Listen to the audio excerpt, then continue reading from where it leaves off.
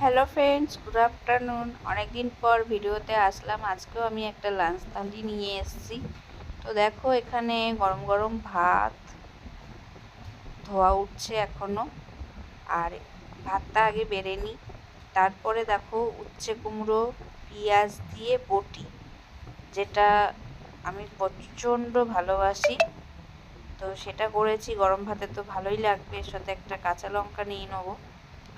তো চলো, উচ্ছে কুমড়োটা দেওয়ার পর আর একটা খুব সবারই প্রিয় সেইটা রান্না করেছি। চলো সেটা দেখাই কি করেছি।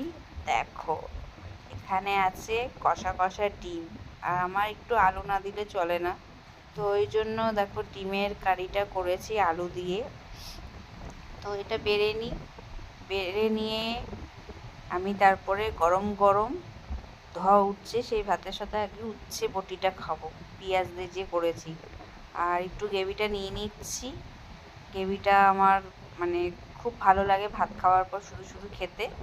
তো দেখো, আজকের আমার লাঞ্চ থালিটা রেডি। তো তোমাদের এই রকম কেমন লাগে এই দুটো মেনুই, সেটা তোমরা কমেন্টে জানিও। তো আজকের লাঞ্চ থালিটা কেমন লাগলো তোমরা কমেন্টে জানিও।